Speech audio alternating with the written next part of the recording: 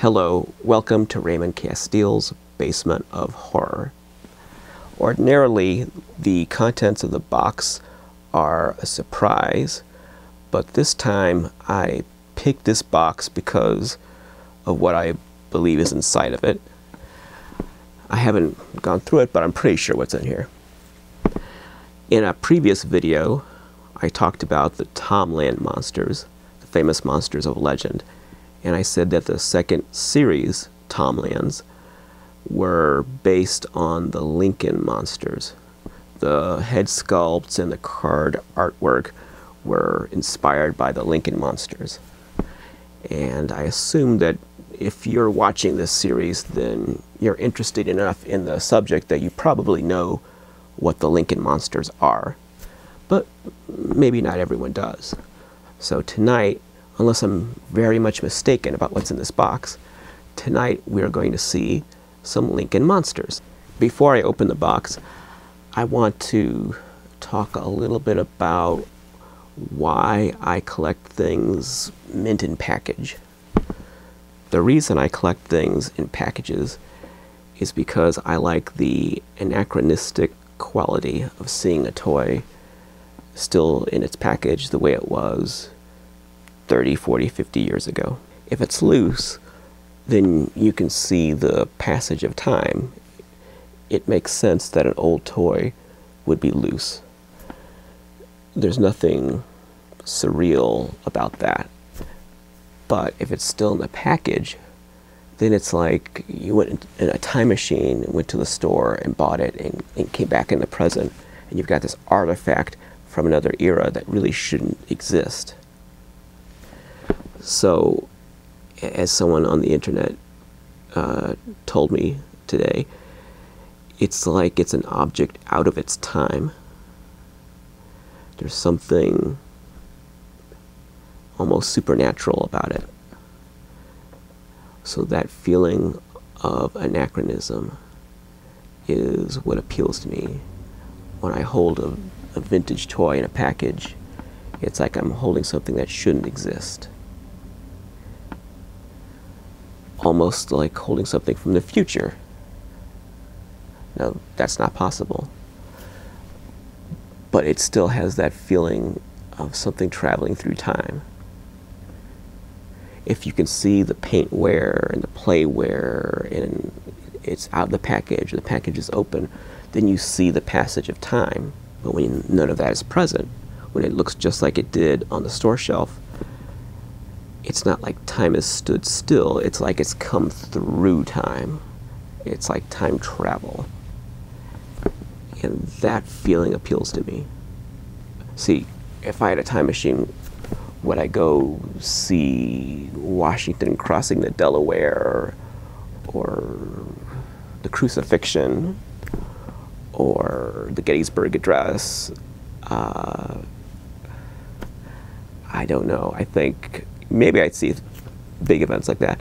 But I think the first thing I would do would be to go back to the 1970s to a Kresge store or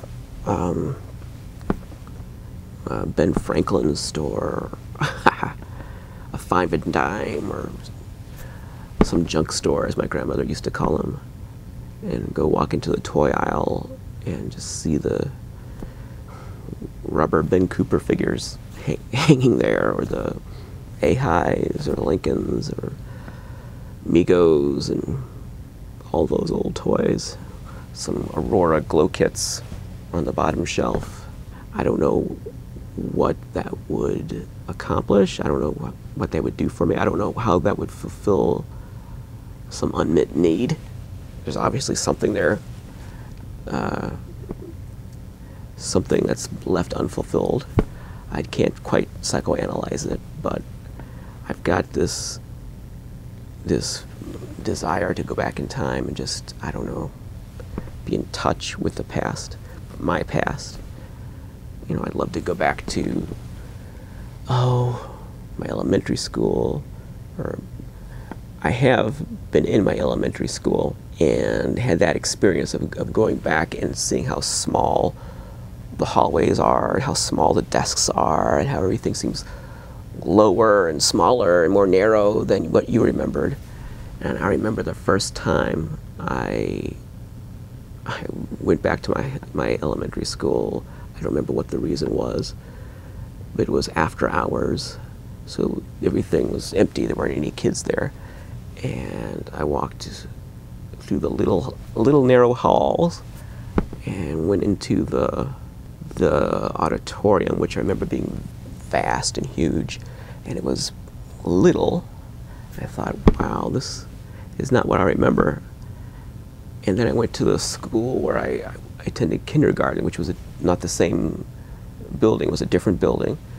And I remember in kindergarten having to walk down this big flight of stairs to go down into the classroom. So you'd go through the door, and then to be like, I don't know, a dozen steps or so leading down, and then you'd be in this classroom almost like it was subterranean. Well, when I finally saw it as an adult, you walk through the door, and there's like 2 steps. It's like that big. 1 step, 2 steps, and then you're there.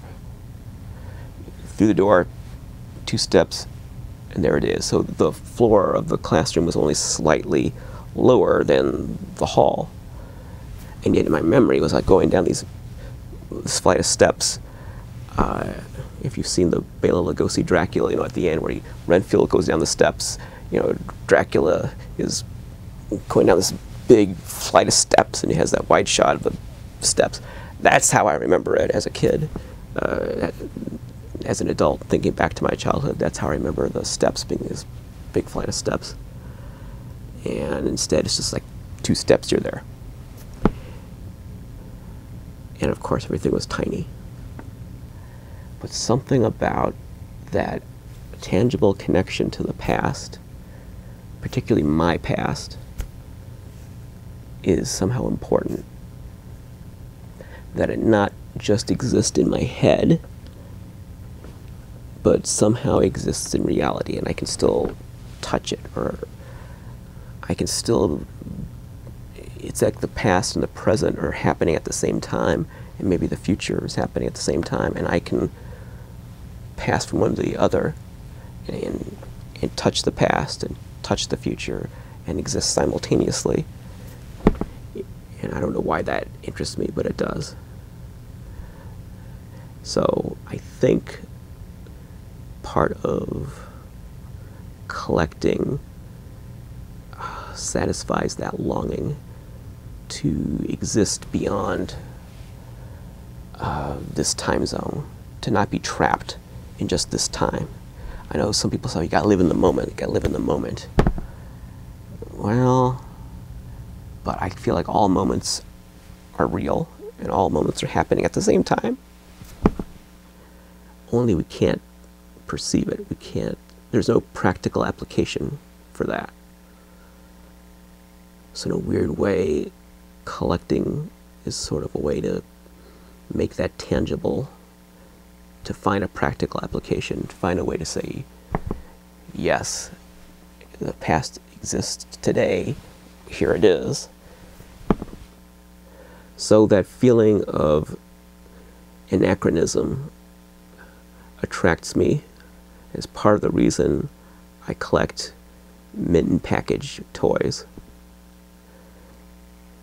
I like that feeling of holding something that just shouldn't exist, holding something that's a relic from another time, something that has passed through time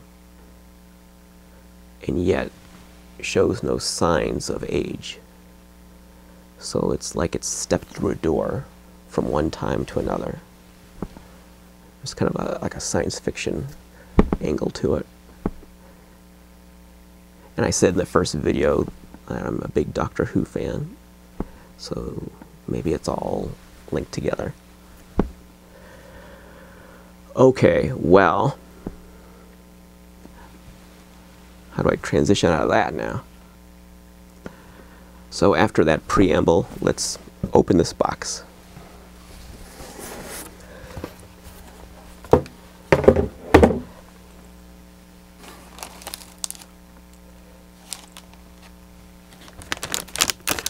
Let's save this for a little bit later.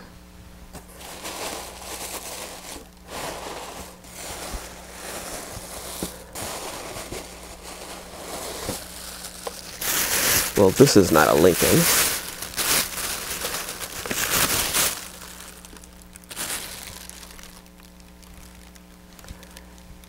That's not a Lincoln.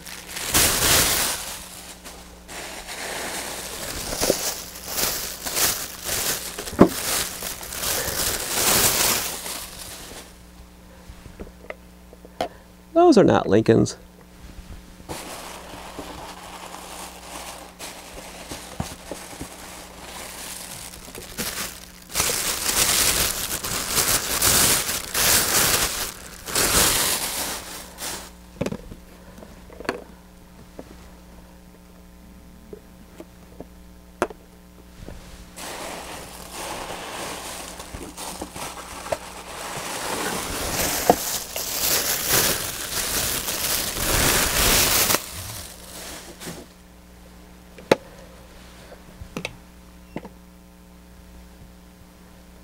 What do we have here? Well, these are not Lincolns. What are these? These are Mego Mad Monsters.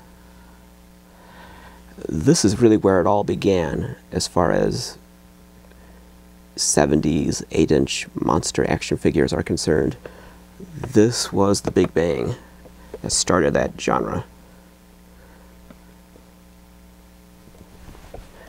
Here we see Frankenstein and Dracula. He's called the Dreadful Dracula, and this is the monster Frankenstein.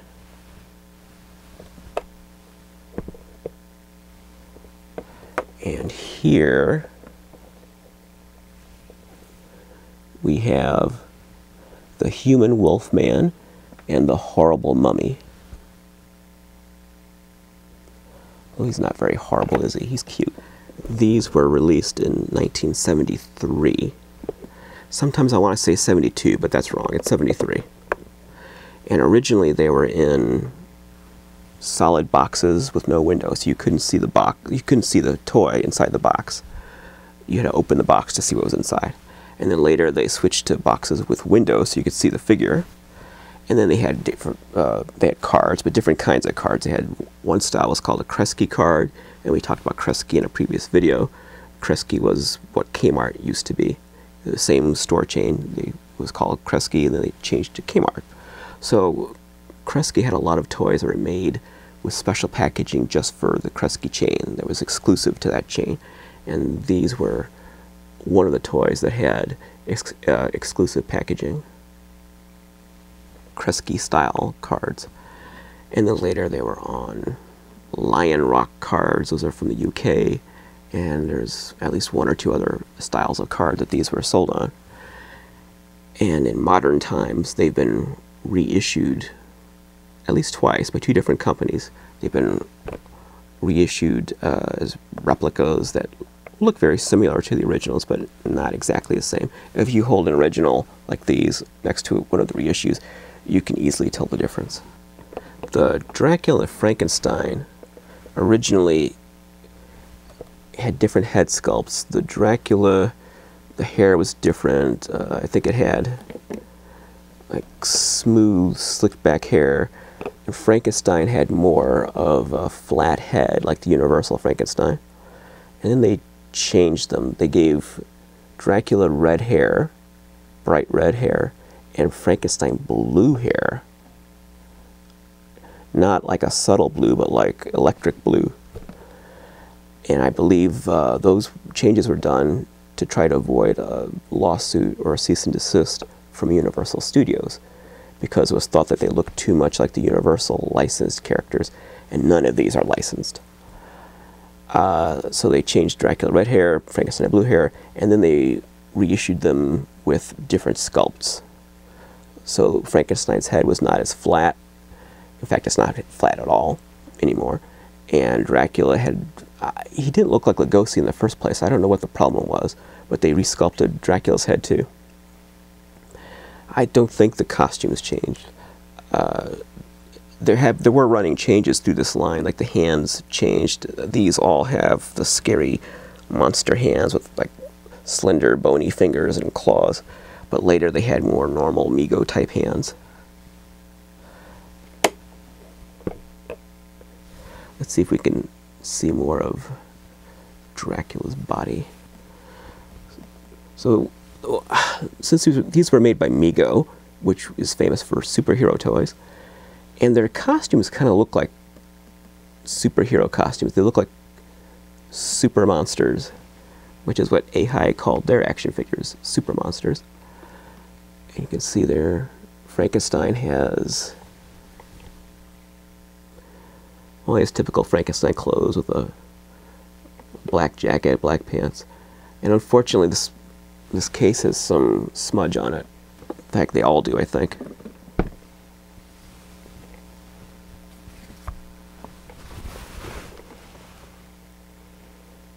I like Frankenstein's frowny face. He's kind of a sad, grumpy Frankenstein. Aww.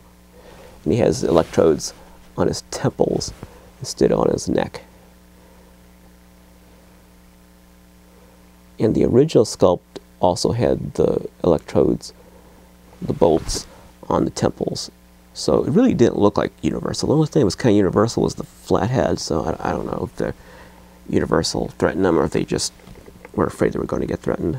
Wolfman, well, he is called the Wolfman. He's called the human Wolfman. They don't call him a werewolf, they call him Wolfman. But he's not like the Universal Wolfman. He's like a European Grimm's fairy tales sort of big bad wolf with a wolf head. He's got the very European looking costume. He looks like something out of Grimm's fairy tales. Like Hansel and Gretel will encounter him in the woods or something. And I like the furry sleeves, the cuffs, the horrible mummy. He actually looks like a mummy. Doesn't look like Universal at all, but the face looks like a mummy face.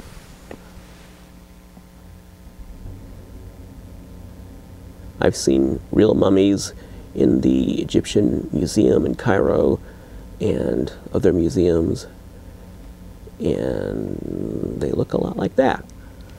He has more attitude than they have, but they have that gaunt, bony, emaciated look. And he's got these cool mummy pajamas with just a few bandages to sell the illusion that he's wrapped up.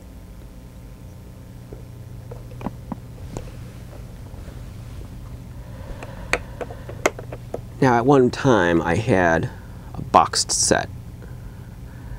I had the solid boxes. I had all 4 of them boxes, and I had the Wolfman on a Kresge card. But I don't have those anymore. I sold them. I don't sell toys often, but occasionally I do.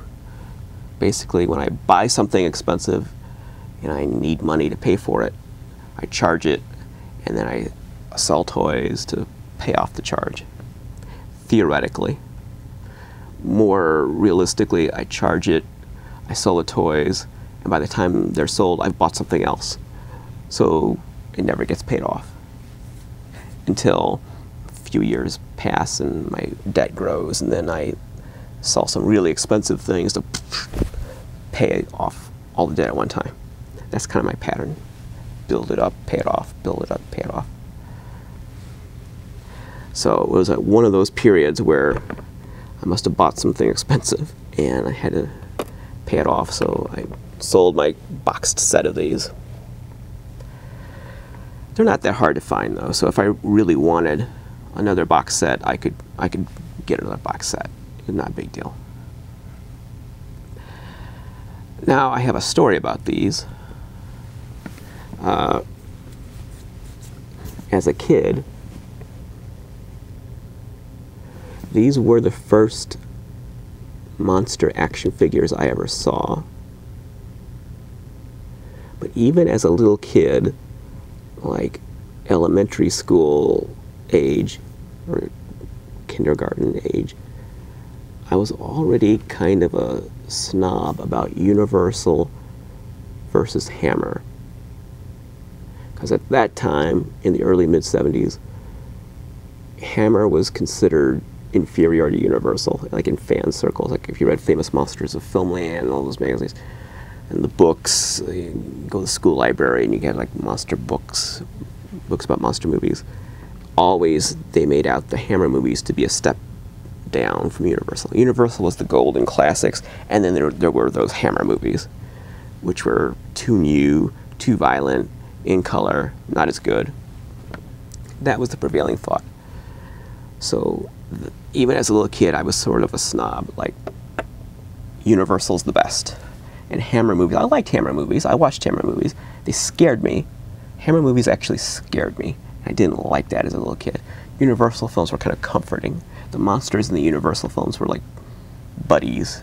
That was my buddy Frankenstein, or my buddy the creature. Whereas the Hammer movies, those monsters would hurt you. I didn't like those monsters. They were out for blood. I didn't feel safe around those monsters. So when I saw the Mad Monsters, Mego Mad Monsters in the store for the first time, it was Venture. I don't think Venture's around anymore. Venture store used to have like a striped logo, like black and white stripes, diagonal, and I think they used to have their name vertical to stripes, almost like a barber with the diagonal stripes. And I think that chain's out of business now. It's certainly in this region, St. Louis region, it's out of business. I think nationwide it is. So I saw them at Venture for the first time, and I saw the solid boxes. And something about the artwork. I know now that the artwork was by Gray Morrow, famous painter. Did a lot of movie posters. His style is very distinctive. Unfortunately, I can't show you an example because I sold my boxes. But something about that artwork, to me, made me think that these were Hammer monsters. And I think it was well, it was because the Frankenstein wasn't Boris Karloff. I did open the boxes. I remember I was sitting in a shopping cart, like I was sitting in the seat of the shopping cart, so I must have been pretty young. And my parents like wheeled me up to where these monsters were, and I opened a couple of them, and I saw the Frankenstein that was not Universal. So I thought, oh, it must be Christopher Lee. And I saw this Dracula that was not Universal. So I thought, well, it must be Christopher Lee again. And I saw this Wolfman with the ears on the top of the head. I thought, well, that must be Curse of the Werewolf. These are Hammer toys. Well, Hammer's not as good as Universal, so I didn't want them. I said, phooey, I don't want those Hammer toys. I'll wait and get some Universal toys one day, if they ever make any. And luckily, Azrac Hamway International did make official licensed Universal monster toys to satisfy my snobby little kindergarten age brain. I think it was more preschool, actually. How old would I have been? It would have been preschool, not kindergarten. In fact, I would have been a baby sitting in the top of the cart. When I think of these memories, I keep thinking I was older than I was when I mathematically figured out, no, I was like an embryo when some of this stuff happened. And yet I was thinking this way. I was weird. So, as a kid, I never liked these. And maybe that's why they were expendable, the boxed ones. I could sell those, but I wanted to keep a mint set loose. These are mint. These are like unplayed with, perfect. In fact, they're even, some of them, I think like the Wolfman and Mummy look better than the boxed ones I had. I know they do. This Wolfman looks better than the boxed example I had. And this Mummy definitely looks better than the one I had in a box. So they look even better than the box ones. So that's the Mad Monsters. And it's good to start with these because they kind of lead into what we're going to look at now. Let's just set these over here. This is, you know, when animal experts go on the Tonight Show or some late night show and they bring the animals up. That's kind of how I feel with these, like bring an animal on the show and then it does its thing. Then you have to get the animal out of the way to bring the next animal on. So I feel like I've got the little baby leopard and I'm putting him out of the way, or more like I've got the little raccoon or something, and then the leopard's coming out. So I have to get the little animal out of the way before the leopard comes out. So here's the leopard.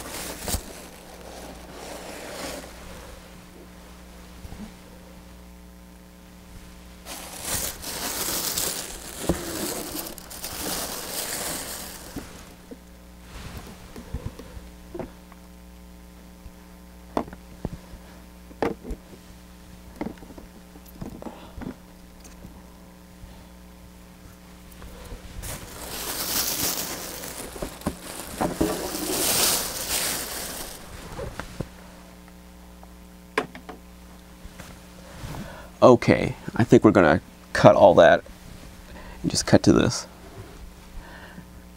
Here is the first series, Lincoln Monsters, all but one, which I'll explain in a minute. We've got Dracula, Frankenstein,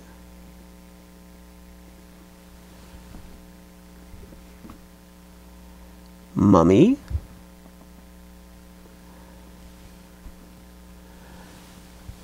and Wolfman. And these are all original cards, no reproduction cards. Now the Wolfman has been resealed, and that yarn belt is not his original belt. I will admit I'm the one who resealed it. And I put that, he was missing his belt, it must have fallen off, and so I figured, oh well, he's had a yarn belt like the AI one. Nah, he has a golden belt. It's like a golden thread. Now I had a sealed Wolfman, which I sold to a friend, so, but we'll get into that later. But it wasn't exactly the same series. It was a Lincoln Wolfman, but wasn't exactly the same series. I'll explain. So this is the first series. The other character that's missing is Mr. Rock. Mr. Rock, he wasn't like rock and roll, like Mr. Rock, yeah. No, he was a Mr. Spock knockoff.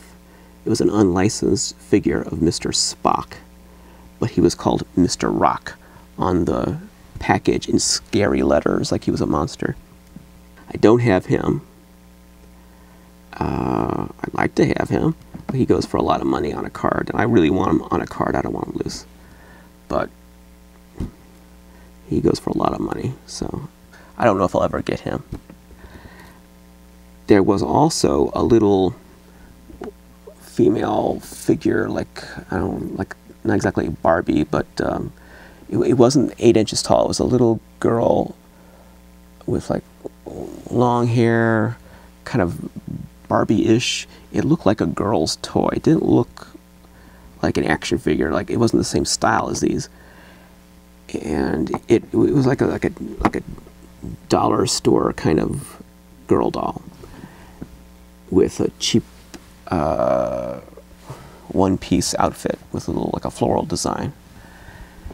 and it was packaged with a set of 4 monsters in a catalog exclusive that was sold through a Christmas catalog. I don't remember if it was Montgomery Ward's or JCPenney, but there was a Christmas catalog that had this set of 4 monsters and this girl doll, and they called her the Victim. 4 monsters and the Victim. So when you ordered this, you got the 4 of them in this mail order box. I don't think they had any cards, it was just the loose toys. And then it had this girl doll with them. But she wasn't the same scale as these. She was, I think these are 8 inches. She was like, I don't know, 6 inches, maybe 7, but no more than that. And she wasn't constructed the same way. She was made differently. So some people would insist that she is an official Lincoln monster because of that catalog, but I'm not so sure. Did Lincoln really make that figure? I think more likely the catalog company, the catalog company just had an excess of these figures that they couldn't sell, and they thought, well, why not package them with the monsters? We'll move them out the door that way. Or it could have been their supplier. I don't know, but I don't know if Lincoln really made that figure, or if it was just packaged by a third party trying to find a way to sell these surplus dolls.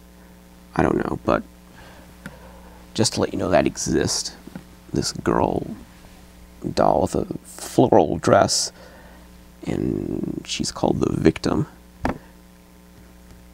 which I can imagine that being sold now. Wouldn't fly. Here's a set of monsters and the Victim. Wouldn't work today.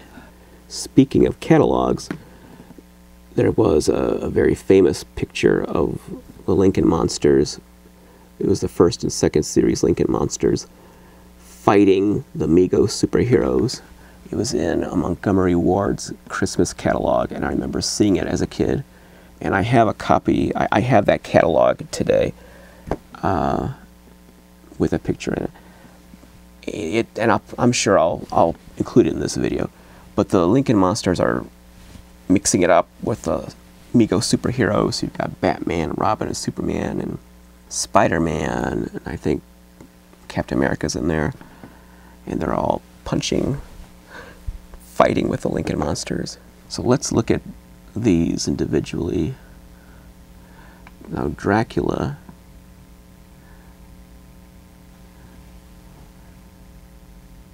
what a weird set of toys. I love the artwork on these. Look at that. It's like the card is like an environment for the monster. It's almost like a little play set. This card for Dracula is his coffin, and he's lying in his coffin. And I love it that it's a decrepit coffin. It's not a nice shiny coffin. It's like something you find in a haunted house. It's all messed up and rotting. He's got bones down there. Have you seen What We Do in the Shadows? In the basement, there's the vampires in the basement, and there's bones everywhere by his coffin. Kind of reminds me of that. See the bones down there? So these were introduced in 1975. I should have said that earlier. So after the Mego monsters. Look at Dracula's face. I love his blue eyeshadow.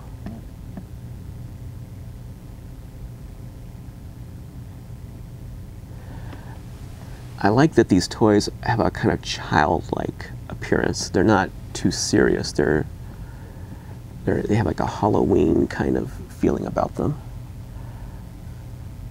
Let's go to Frankie next. Here's Frankenstein. You see he's got a haunted house.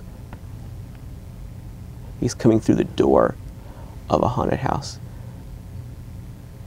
And there's a broken window with the shutters coming off, and there's a bat flying out of the window.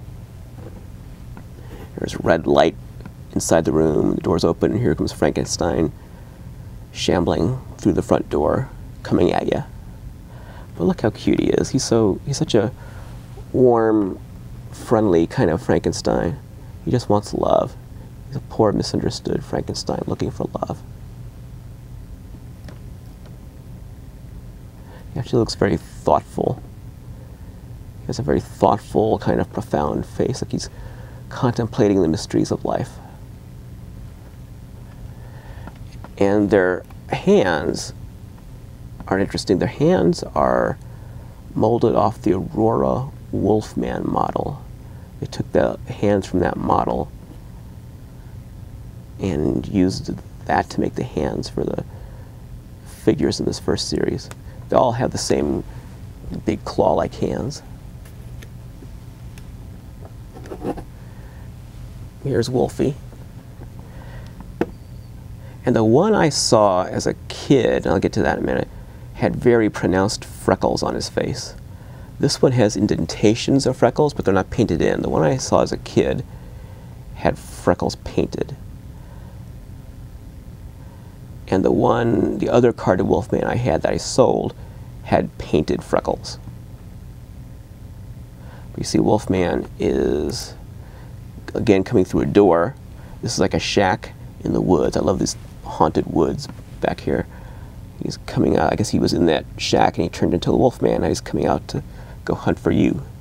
Better look out. Here he comes.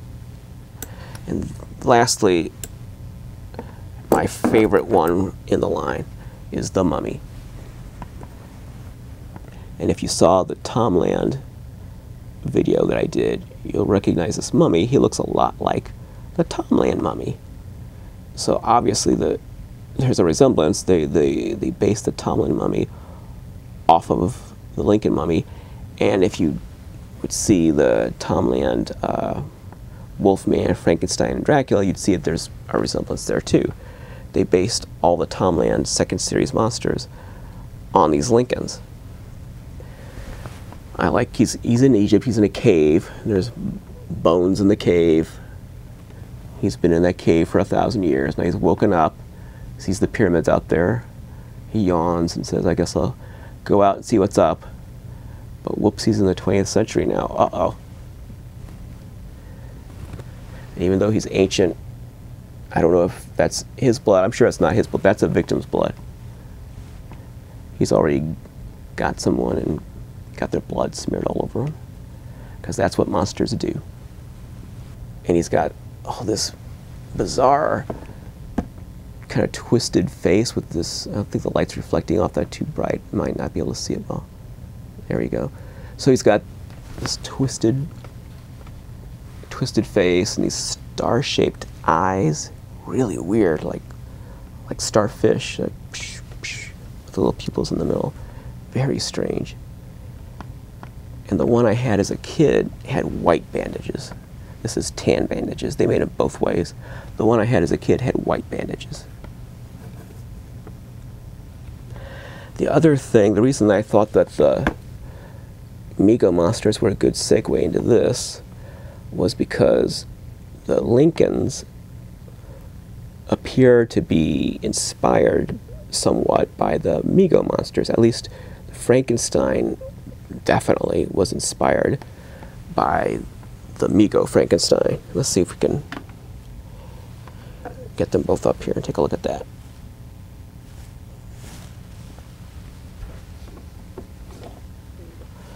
Still got to talk about the second series Lincoln monsters too. Don't want to forget that. They're down here. So maybe the resemblance doesn't come through very well on camera, but in person, if you hold these in your hand, it's pretty obvious that the Lincoln monster was clearly based on the sculpt for the Mego monster.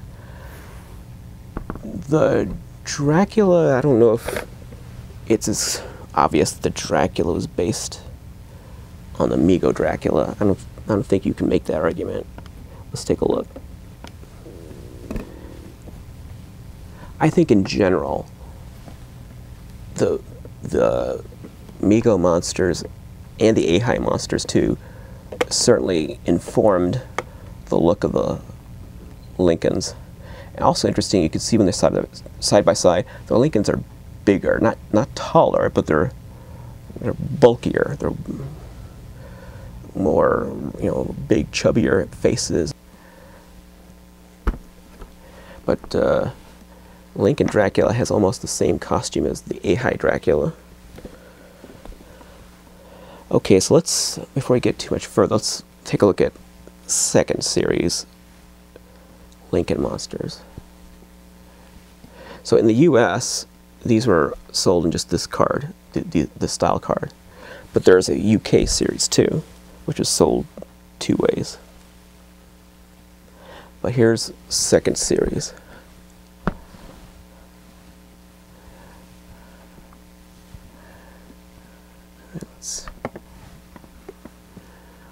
Here's the Phantom of the Opera and the Hunchback of Notre Dame. Aurora had made model kits of these characters, and Marx had made solid plastic figurines, but there had never been action figures of the Phantom or the Hunchback. So that was unusual for this series to introduce those characters as action figures. It's been done since then, but this was the first time that we saw articulated action figures of either of these characters.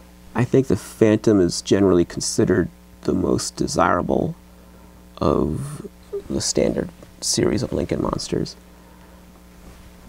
He tends to go for more money, although I think a carded Wolfman is rarer. I think that's probably the rarest of the set on a card, is the Wolfman. I'm talking about, and I'll get into this in a minute, the US versions. The Wolfman's the hardest to find. I've only heard of 2 or 3 examples of carded American Wolfmen, including mine. So there's mine, there's one other that I know about, and there's maybe one other out there that I've heard of. So he's rare on a US card, so I'll get into that in a second. On UK card, he's not nearly as rare, but that's another story. But here's the Phantom, and you see that he has a nice purple head. Yes, his head is purple. His face is purple. And I love his big screaming mouth.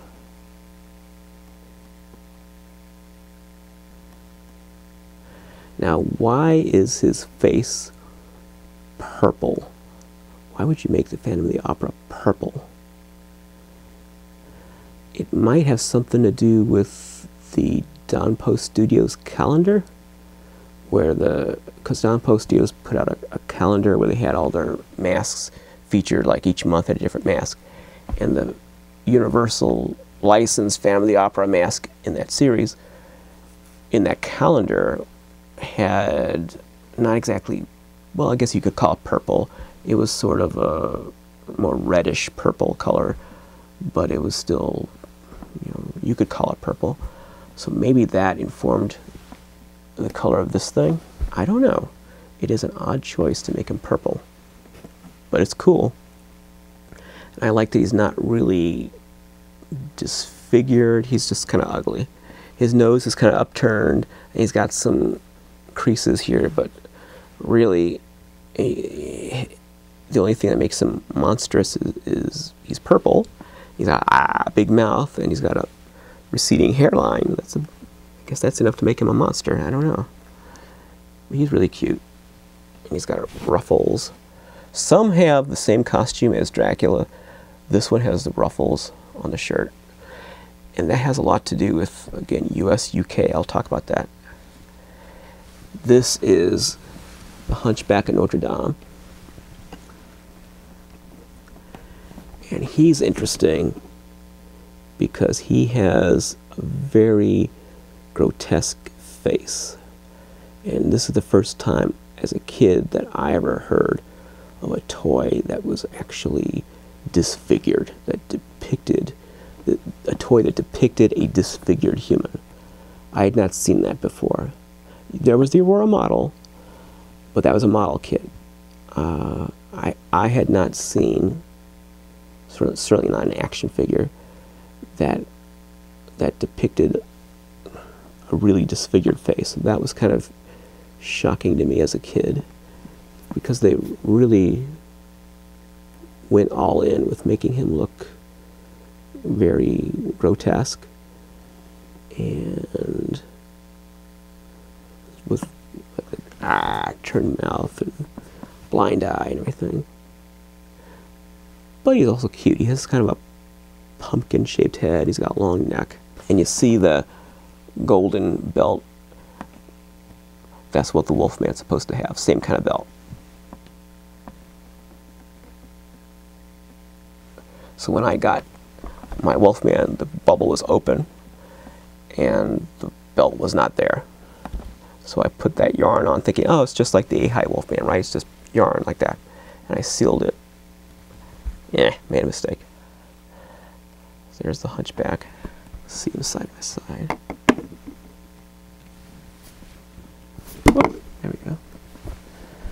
And you can see the style of the background is a little different. So this is the second series. The second series did not include Mr. Rock. He was removed from the series. I know this because I have the wholesale catalogs for 75 and 76. These came out in 76. And 75 catalog under the same item number has the assortment with Frankenstein, Dracula, Wolfman, Mummy, Mr. Rock. 76 catalog has Frankenstein, Dracula, Wolfman, Mummy, Phantom, Hunchback, no Mr. Rock. And the Victim is not in either catalog. It's only in that Christmas catalog. That's why I think its status as an official Lincoln monster is kind of iffy. It'd be great to have one, but I feel like it's more like a curiosity, like something I'm going to show you in a second. It's more of an addendum to the series than an actual part of the series. Now let's look at something else made by Lincoln. Not officially part of the set, but you'll see in a second here. This is obviously a knockoff Batman toy. It's called the Bat Launcher, but it's made by Lincoln. But you can see that it's got that same kind of scary font. And it's got, I probably can't see it very well on camera, but there's a haunted house back here that's obviously painted by the same person who painted the other cards, and it's the same style of haunted house.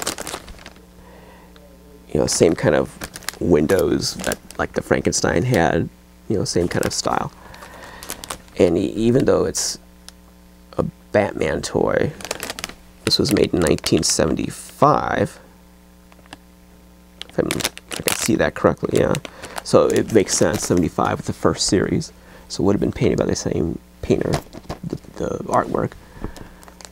So this is not officially part of the series, but I feel like this is an accessory to the series of monsters. So it makes me wonder what else could be out there, because we didn't know about this until just a few years ago. I think this was maybe 3-4 years ago that I bought this. No one had seen this before. So if this exists, what else exists that we don't know about? Oh, we have a friend here. Hey, Stinker. You can come up here, Stinker.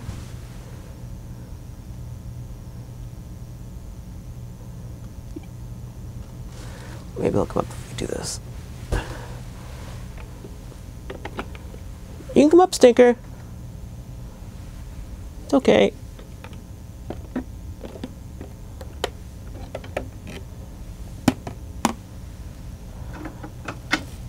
Oh, he's going away. Stinker.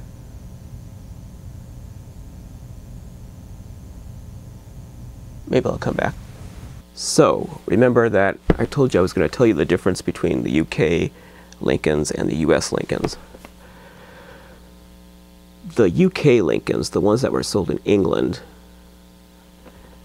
were very different. The clothing, instead of being hemmed, it's just cut like, I don't know what those are called, the scissors. They have like the triangular shape. I'm not a seamstress, I don't know, but they're just cut with those scissors so that they have like a saw shape, and there's no hem. There's no cuff like this. The edges aren't hemmed. The heads are made of softer kind of material. They're the rubber. It's not translucent, but it's thinner, and there's just a little bit fatter, and the details a little bit softer. And they're painted differently. Like the Wolfman, the UK Wolfman has the painted freckles, and I remember as a child painted freckles. So I think there were some US Wolfmen that had the painted freckles, but all of the UK ones found so far have painted freckles.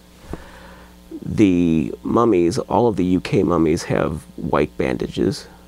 My childhood mummy had white bandages, and it was US.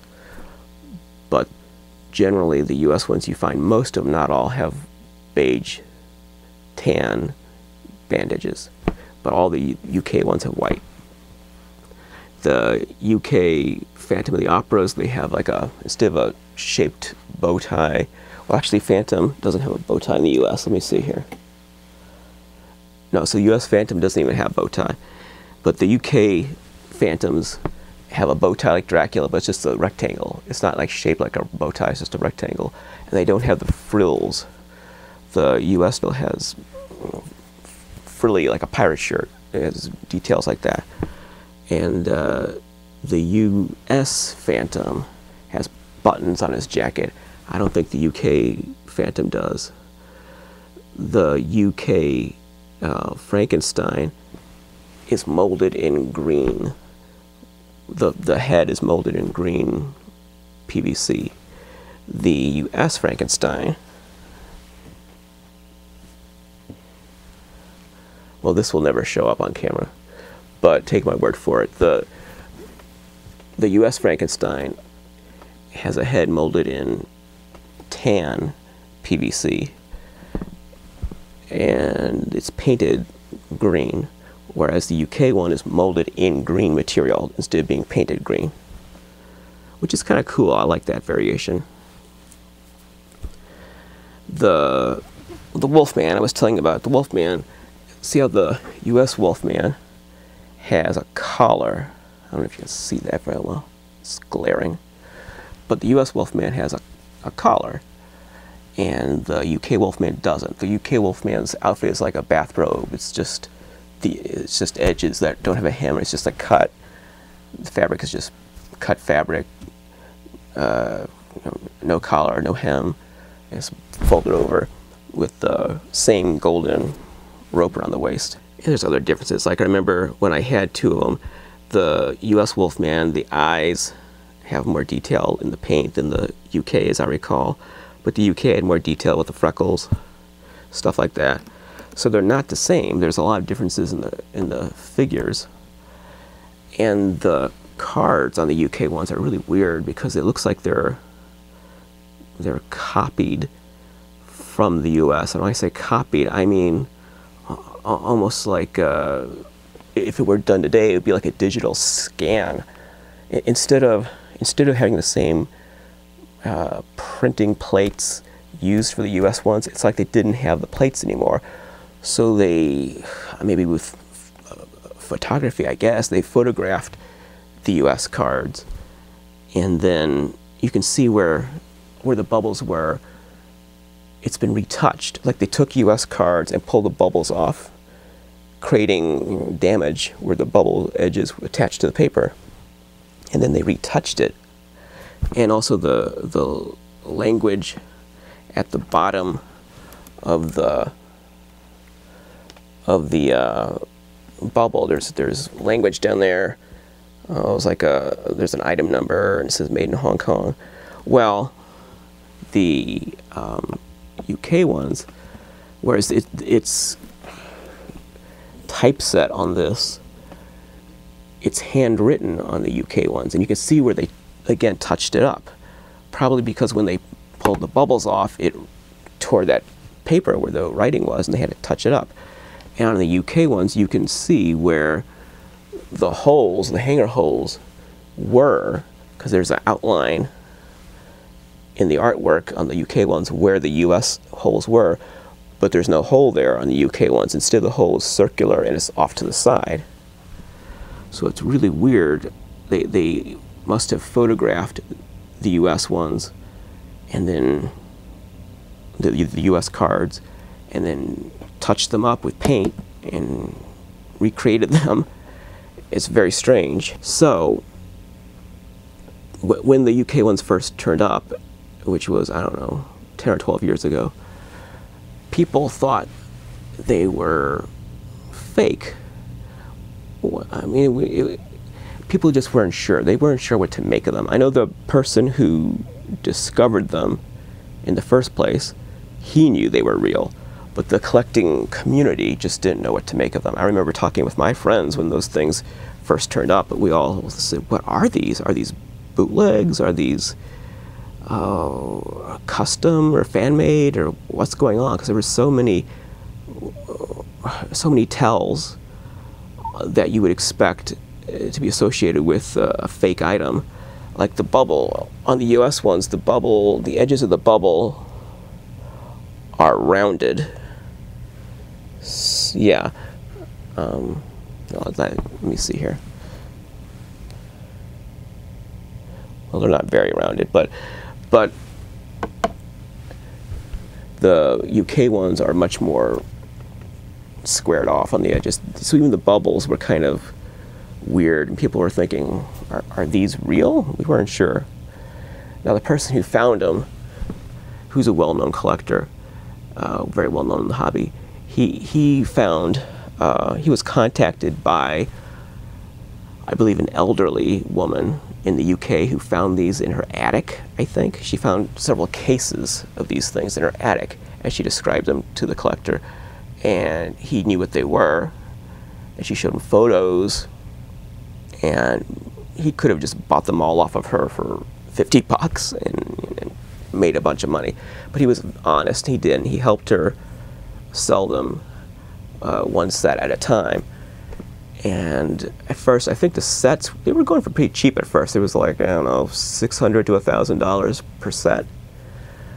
And then as word got out and there was more awareness, and she started getting down to her final sets, the price started going up and up. And now, oh my goodness, I mean, you pay that much for one figure now, not the set. She had 6. She had Frankenstein, Dracula, Wolfman, Mummy, Phantom, Hunchback. She did not have Mr. Rock. And so there was a year or two where pretty much anyone who wanted a complete set of Lincoln monsters could get one if they were willing to pony up the money.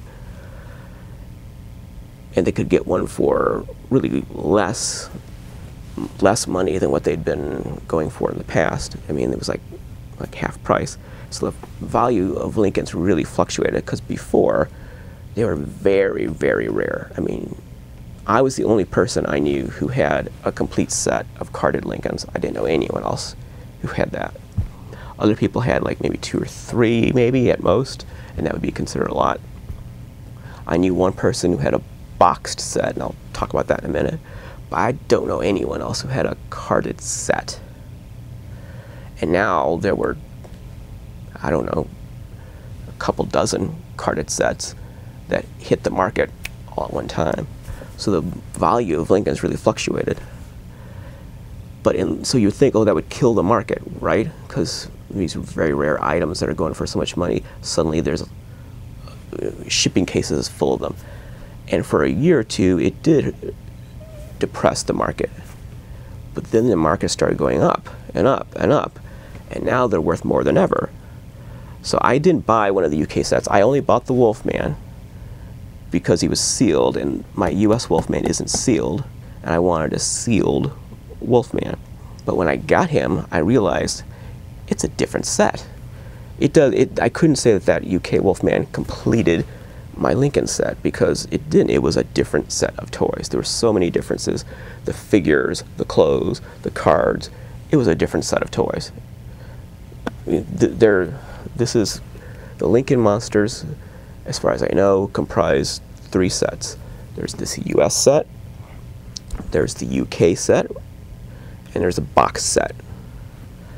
And you can't really mix and match them and say I've got a complete set when you have like 3 or 4 US and 3 or 4 UK and maybe a box one. I mean, you've got a bunch of Lincolns, that's cool, but you're mixing 3 different sets of toys together. And I like the US set, so that's where my heart is. That's what I saw as a kid. So I want to focus on having a complete US set. So I didn't buy the UK sets. And a friend of mine really wanted a Lincoln Wolfman, so I sold him my UK one. And the thing about these UK Lincolns, they're mint. As you would expect, they came out of a shipping carton. They're mint. Whereas the US ones, they're almost always beat up. Like these got a lot of creases. I mean, they look old. They look like they're 40 years old. So, I mean, they're nice, but they're not like a modern toy. You know, they're not minty like a modern toy you found at Target. Well, maybe a couple are. I mean, my Mummy's in pretty good shape, and my Phantom is in pretty good shape. Well, actually, he's kind of creased. My Hunchback's in pretty good shape. My Hunchback and my Mummy are probably in the best condition of them all. Well, so about these boxed ones. There's yet another variation on the Lincolns, and that's the boxed set. The boxed Lincolns come in Mego-style boxes. They're solid though, there's no window, but they're about, you know, so big. And they have pictures of the monster's face on the front of the box. I don't think there's any inserts in these boxes. You just open the box and the monster's just in there. And they look a lot like the artwork on the second series Tomland monsters, which have those monster faces, you know, like on the Tomland second series monsters. You have the monster face filling this area here. Well, on the boxed Lincolns, you have the monster face filling the box, the front of the box. And the artwork style is very similar. Like it almost could be the same artist. And a lot of people think there's some connection between the Lincoln, the company Lincoln, and Combeck's Tomland. I don't know if there is or not. I mean, I've not read anything conclusive about that. There is a lot of information about Lincoln that I don't know off the top of my head, but Lincoln actually was around for a long time. Lincoln International was a company based in New Zealand, from what I understand, from what I've read. I mean, this is not information I dug up. It's a New Zealand-based company, so I don't think it's associated with Combeck's. Could be wrong, but I mean, there's been speculation about that. And in the 60s, Lincoln made a lot of vehicle toys, like cars and buses, and I think they did some licensed stuff too. They actually did a licensed Batman. I was looking online and I saw that they did a licensed Batman in the 60s. So they did this unlicensed thing in the 70s, 75, but in the 60s they had a licensed Batman toy. But I know that they're known for their vehicles, their cars and vehicle toys. That was their big thing in the 60s. And there are collectors who are very familiar with Lincoln, but for vehicle toys, not for action figures. Really, as far as my Lincoln collecting is concerned, I'd like to get a sealed Wolfman. I do know someone who has one, and I made him a big offer on it, but yeah, well, it didn't work. But I'd like to, I mean, I've had him a long time. I've had him like 20 years at least, more than that. So I don't really want to get rid of him, but I would like to have a sealed one just so I could have a sealed American set. And I'd like to have Mr. Rock. I don't know if that's going to happen because he's really gone way up in price. I might have to be satisfied with a loose Mr. Rock. I don't know. One thing I haven't talked about is my personal childhood connection to the Lincoln Monsters. And it's a vivid memory of mine. when I was, I don't know, elementary school age, like first, second grade, I would go visit my grandparents' house, and you've heard me talk about my grandparents before in Collinsville, Illinois. Oh, like 2 or 3 times a year, I would spend a week at their house, like twice in the summer and maybe once at Christmas. My grandmother, who was an interesting lady, she would come here and spend a couple days with my parents' house, and then we'd catch a Greyhound bus to go to Collinsville, Illinois. So first we'd go to the local Greyhound station, which was just a little station in my hometown, and we'd wait for the bus to come, and they would take us to the St. Louis Greyhound bus station. And that was kind of a legendary place. If you've seen, there was a John Larroquette sitcom set in a bus station, and that sitcom was inspired by the Greyhound bus station in St. Louis. It was kind of notorious. It was really big. I mean, it's not like New York big, but it was a big place.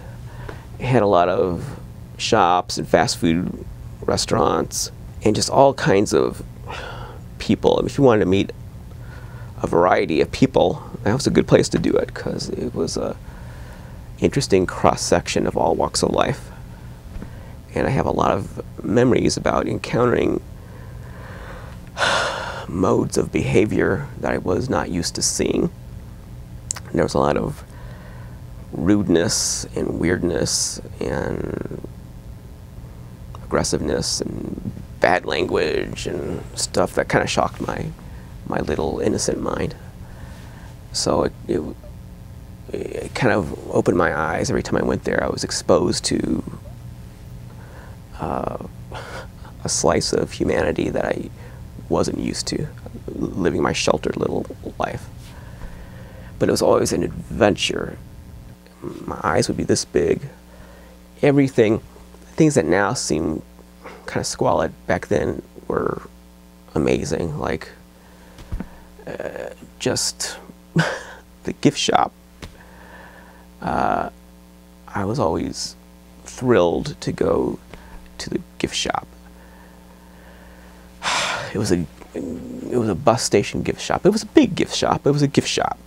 But I always found things in that gift shop that I didn't see anywhere else. So it was always exciting. What am I going to find this time? And finding something like this was, like, in my wildest dreams, this would be the kind of thing I would find there. I didn't know what Lincolns were, but the first time I ever saw a Lincoln Monster was at that gift shop. And I remember it very well. Going to that, just running in the gift shop saying, what am I going to find this time? Because there's always some weird novelty thing or something that would be really exciting. And seeing some action figures of some kind against the wall, and going up to the wall, and there were 2 peg hooks with Lincoln Monsters. That was the first time I'd ever seen them before. I didn't know they were Lincoln or Washington or Ben Franklin. I didn't know what they were. I just knew they were monsters. And I remember thumbing through those, and it was amazing because, you know, they must have been 76, because I know they had the Phantom, and I know for a fact that they had Hunchback because my brother bought Hunchback, so it had been 76 because he came out in 76. He wasn't around in 75. So my brother bought a Hunchback, and I bought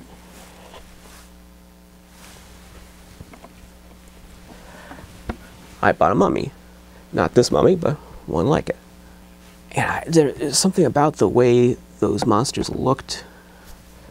They didn't look like the Universal monsters. They didn't look like the Mego monsters. I hadn't seen the Tomlands yet. It was before that. They didn't look like the Aurora kits. They were just their own thing, and they were just weird. They were off-model. Now we would call them knockoffs, knockoff toys. But I didn't understand that. I just knew that these were It's like not your father's monster toys.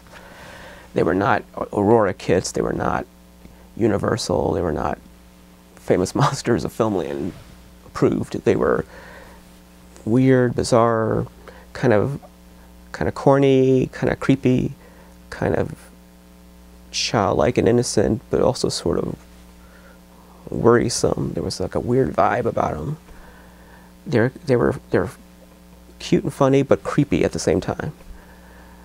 Kind of scary, and that's what I liked about them. I was so excited to find that mummy, because he had this kind of, because he was all white and had that white head. He looked like a larvae or something. He had like a larval kind of quality, like something that hatched out of a cocoon. And the Hunchback, I already talked about how weird it was to see a disfigured looking action figure. So, of course, my brother and I, we played with those. I'm sure we played with them on the bus, but played with them when we got to our grandparents' house, and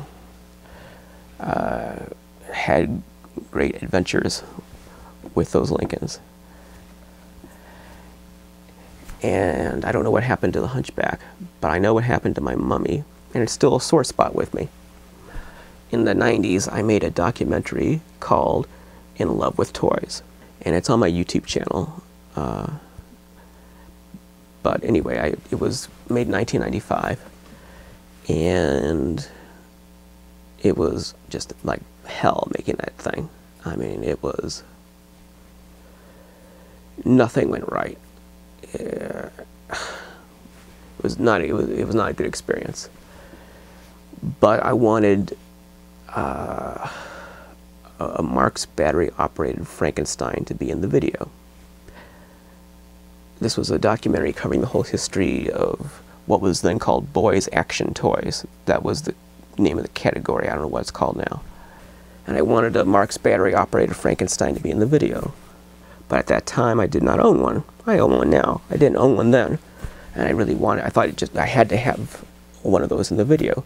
And I asked around, and at that time, none of my friends had one. So there was one guy who did have one. And I asked him if I could borrow it. Could he send me the Frankenstein to use in the video?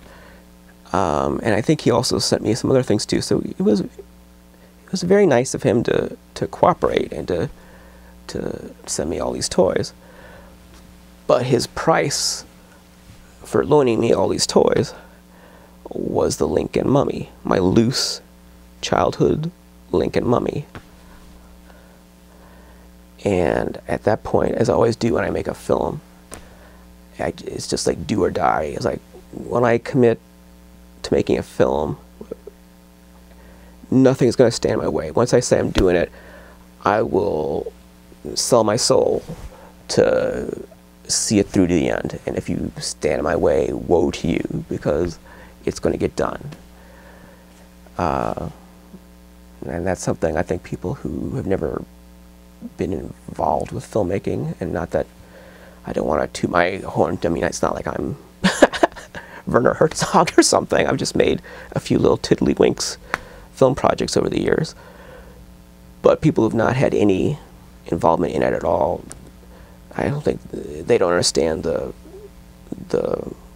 obsession and the fever that you have to have to be able to do it. I mean, if you're not obsessed, you're not going to do it. It's not going to work. You're going to wash out. You're not going to complete your project, because when you start making a film, the universe turns against you.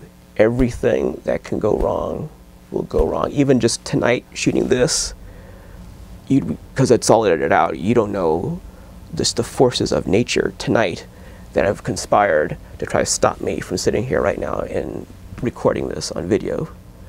It's always like that. That's what it is when you're making any kind of film, even a stupid little thing like this. The whole universe says, no, you're not going to do it, and throws everything it can at you to stop you. And you just got to push through. So when I'm in that mindset, I'll do whatever I have to do to get it done.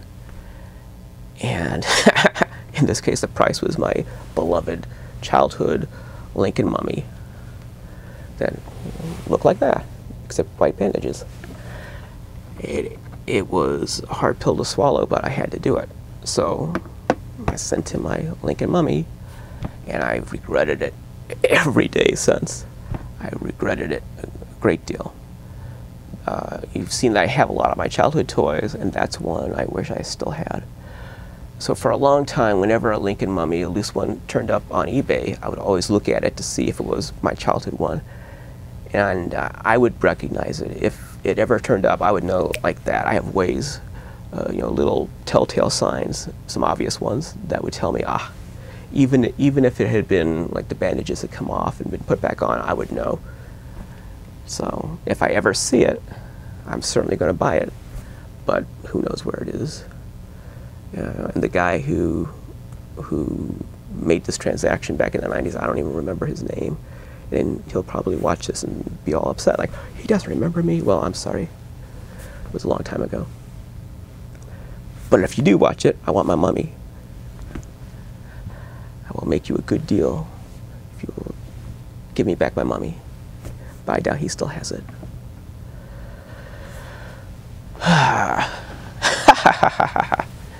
Well, what else can I say about Lincoln monsters? My favorite monster toys are the A-Highs, but it's hard not to say that the Lincolns are my favorite. I mean, the A-Highs just, they edge them out a little bit for a variety of reasons, but that's not to diminish the Lincolns at all. I love the Lincoln monsters, and maybe catch me on a different day and I might say that the Lincolns are my favorite. So that's all. Oh, look, here comes Stinker. Stinker, are you gonna come up and say hello before we? No? Come up and say hello. Yeah, come up and say hello before we close this video. I'm about to close this thing. Let's come up and say hello. Come on, Stinker. Just say hi. Come on, Stinker. Yeah. Don't say no. Say yes. Come up here, Stinker. Come up here. Everyone wants to see you. Come on, Stinker. Everyone wants to see you. Come on, it's okay. Come on up.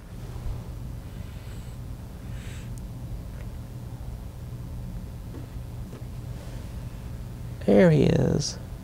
Can you see him?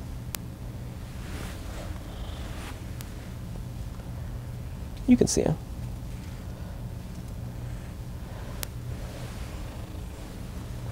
There's my Stinker. Alright, so Stinker's saying it's time to quit. Thank you for watching.